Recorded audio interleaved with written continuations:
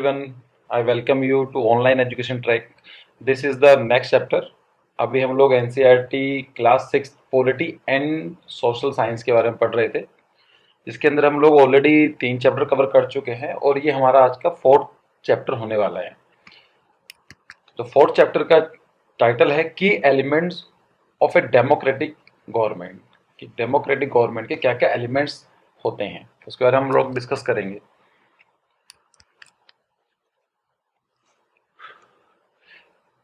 पहला चीज आती है रोल ऑफ द पीपल, कि किसी भी डेमोक्रेसी के अंदर एक आम नागरिक का या फिर पीपल्स का रोल क्या होता है। First of all, the people play an important role in the proper functioning of an democratic government. ये जो भी पीपल होते हैं, जो सिटीजन्स होते हैं, वो बहुत इंपॉर्टेंट रोल प्ले करते हैं जिससे डेमोक्रेटिक गवर्नमेंट सही से काम कर सके। जिसमें क्या काम होते हैं, which include elections as well as working and decision making responsibility of the government. Election का काम होता है और सरकार के द्वारा वर्किंग और डेमोक्रेटिक गवर्नमेंट जो डिसीजन मेकिंग पावर होती है उसको में इन्फ्लुएंस करते हैं।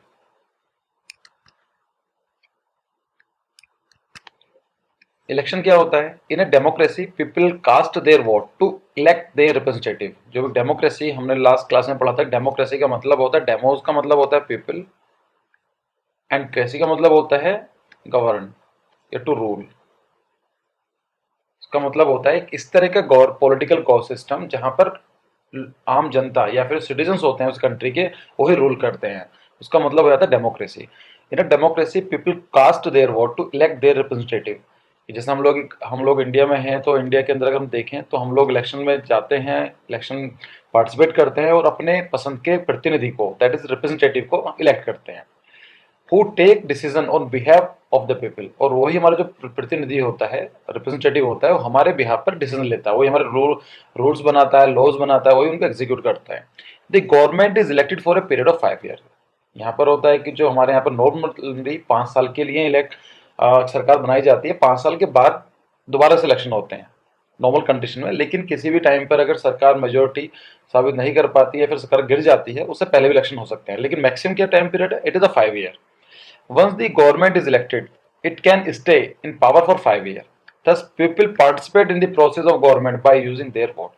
एक बार गवर्नमेंट इलेक्ट हो जाती है और 5 साल सरकार में रहती है, और ये चीज दिखाता है कि कैसे जो सिटीजन्स होते हैं, पीपल होते हैं एक कंट्री के, वोट करने के साथ कैसे गवर्नमेंट के प्रोसेस में पार्टिसिपेट करते हैं।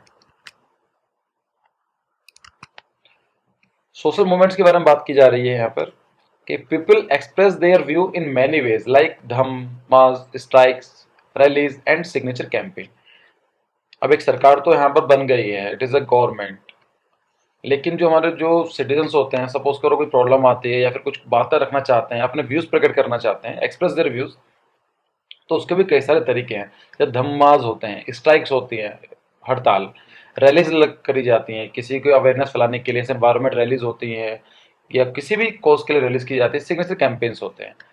जैसे यहाँ पर एग्जांपल दिया हुआ है, activist of the Bharatiya Kisan Union stage a demonstration at mini secretariat to protect against the power shortage during the paddy transplantation season. यहाँ पर बताया जा रहा है कि भारतीय किसान यूनियन के द्वारा एक डेमोन्स्ट्रेट किया गया था मिनी सेक्रेटरीट के सामने।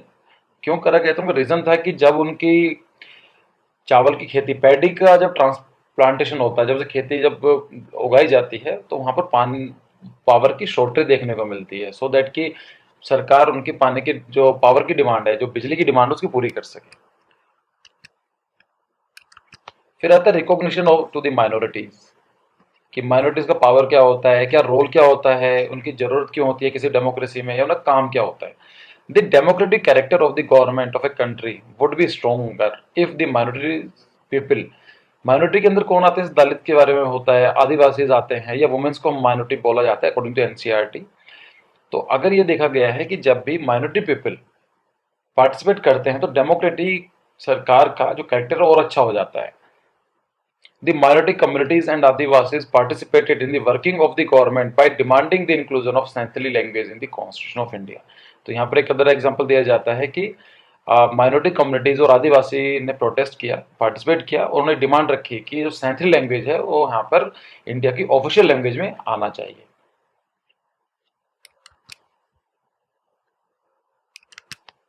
फिर बात की जाती है इक्वालिटी एंड जस्टिस की। ठीक है, इक्वालिटी का मतलब क्या होता है?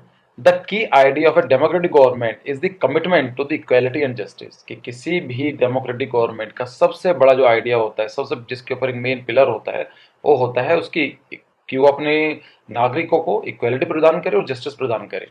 The minority communities were denied of many facilities. हमारे यहाँ पर देखा गया है कि जो माइनॉरिटीज कम्युनिटीज रही हैं उनको बहुत सारी फैसिलिटीज से वंचित रखा गया। डॉक्टर अंबेडकर साहब realised that such practices must not continue.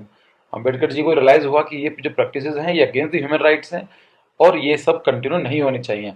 And justice can be achieved only if people are treated equally. और कभी भी जो जस्टिस होता है तभी अचीव किया जा सकता है जब आप हर तरह के लोगों को सेम नजरों से देखें, मतलब डिफरेंट पीपल्स हैं उनको सही से और एक तरह से ट्रीट किया जाए।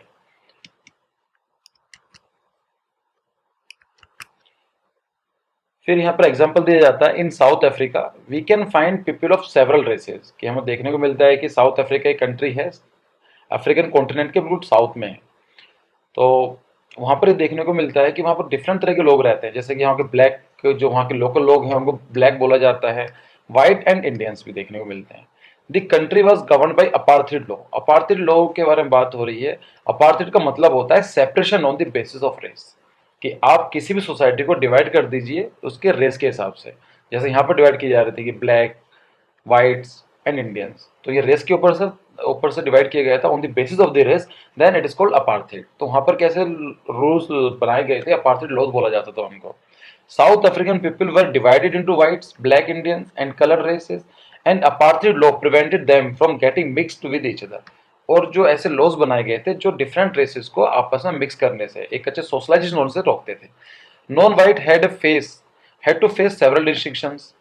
ये देखा गया था कि जो नॉन वाइट होते थे, मतलब नॉन वाइट का मतलब यहाँ पर यूरोपियंस, उन यूरोपियंस को हटाकर जैसे इंडियंस हो गए, यहाँ के लोकल पीपल रह गए, उनको बहुत सारी चीज़ों को डिस्काउंट फेस करना पड़ता था।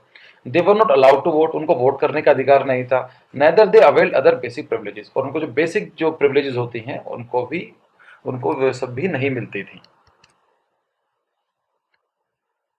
एंड नेल्सन मंडेला जो थे महात्मा गांधी जी के बहुत बड़े फॉलोअर रहे हैं। Nelson Mandela fought for several years. Finally, South Africa became a democratic country in 1994. 1994 में जाकर फाइनली साउथ अफ्रीका एक डेमोक्रेटिक कंट्री बन जाता है। Now there is no apartheid there and people of all race are considered equal. और आज देखने को वहां पर मिलता है कि ऐसे कोई भी लॉज नहीं है जहां पर इंसानों को उनके रेस के हिसाब से डिवाइड करते हैं, और आज उन सभी को सेम तरह से इक्वली ट्रीट किया जाता है। तो यहाँ पर कुछ वर्ड यूज हुए हैं, मैंने लास्ट में कंपाइल कर दिया है सो दैट कि अगर किसी भी एग्जाम पूछा जाता है, और इसे पता भी होना जरूरी है कि जो कीवर्ड्स रहे हैं यहाँ पर की टर्मोलॉजीज। तो यहाँ पर देखते हैं अपार्थेड का मतलब क्या होता है। जैसे हमने अभी बात करी, it refers to the system under which separation is practices on the basis of race. कि आप किसी भी सोसाइटी में उनके रेस के हिसाब से डिवाइड कर देते हैं, जैसे वाइट, ब्लैक, इंडियंस और non white, colours and all this thing. Races के बारे में बात हो रही है। रेस का मतलब क्या होता है?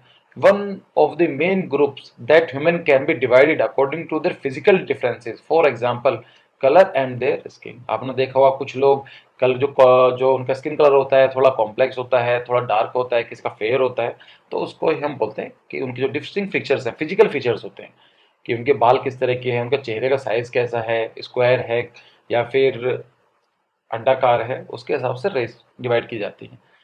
फिर यहाँ पर वर्ड का यूज किया गया representative. The person elected through people's voting right to take part in the system of governance. कि अगर जो भी देखा जाता है, रिप्रेजेंटेटिव का मतलब होता है the person elected through the people's voting right to take part in the system of the governance. जैसे यहाँ पर है, इंडिया में है, या फिर और भी डेमोक्रेटिक कंट्री में देखने को मिलता है, इलेक्शन किए जाते हैं। इलेक्शन के द्वारा आप एक पर्सन एज ए इंडिविजुअल एक किसी पर्सन को इलेक्ट करता है जो उसको हिसाब से लगता है कि he is the perfect person suited to him और हर। और वो जो बंदा इलेक्ट किया जाता है उसको बोलते हैं रिप्रेजेंटेटिव, जिसका काम होता है ऐसे लॉज बनाना जो आम जनता के बिहाफ पर। पार्टिसिपेशन, भागीदारी, people's involvement in the process of the government. कि अगर जब इंसानों का, जो पीपल्स होते हैं, जो सोसाइटी होती है, उसका इन्वॉल्वमेंट होना, उसको बोला था पार्टिसिपेशन ऑफ द सिटीजन्स और the people in the governance. And last two terms is conflict and resolution. देखिए कन्फ्लिक्ट का मतलब होता है difference between people of various caste, culture and creed. The conflict the conflict may arise in the name of religion, region and languages. जब भी दो या दो से ज्यादा लोगों के बीच में, ग्रुप के बीच में, कास्ट को लेकर या कल्चर को लेकर, क्रीड को लेकर एक डिफरेंस बनाया जाता है। जैसे हम लोग सिंपल सा एग्जांपल ले सकते हैं कि ये जो ग्रुप है ये हिंदू मेजोरिटी हो गया, या ये फिर हो गया मुस्लिम हो गया, या ये फिर हो गया सिख हो गया। इन दोनों के बीच में जब भी कोई डिफरेंस आता है, अभी किसके ऊपर है? रिलीजन के ऊपर है ना। यहाँ पर रिलीजन हो सकता है या फिर रिलीजन के ऊपर चल रहा है। अगर हम लोग ले सकते हैं कि पंजाब का रीजन ले सकते हैं, पंजाब, या फिर बोल सकते हैं कर्नाटका, तो यहाँ पर कौन सा डिस्टिंक्शन आ गया है? It is on the region. और लैंग्वेज के हिसाब से बोल सकते हैं कि पंजाबी या फिर कन्नड़ा, इनके बीच में एक कन्फ्लिक्ट देखने को मिल सकता है। जो डिफरेंस होता है उसको बोलते हैं कन्फ्लिक्ट। रेजोल्यूशन का मतलब होता है कि जब कोई प्रॉब्लम आती है तो उसका जो सॉल्यूशन निकाला जाता है उसको बोलते हैं resolution. So the simplest definition of the resolution is solution of the conflict, it's called resolution. अगर सपोज के एक ग्रुप है, दूसरा ग्रुप है, इनके बीच में कोई प्रॉब्लम हो जाती है, कन्फ्लिक्ट हो जाता है किसी बात को लेकर, और वे लोग अपने आप को, जब उनकी जो कॉन्फ्लिक्ट है उसको सॉल्यूशन किया जाता है, उसको बोला जाता है resolution. So this was the end of the video. अगर आपको ये चीज़ अच्छी लगी है तो प्लीज़ को लाइक कीजिए, शेयर कीजिए और कमेंट कीजिए, जो हमें मोटिवेट करते हैं और वीडियोस लाने के लिए। और अगर कुछ भी क्वेरीज हो तो आप यहाँ पर कमेंट सेक्शन में कमेंट कर सकते हैं। Thanks, thank you for joining.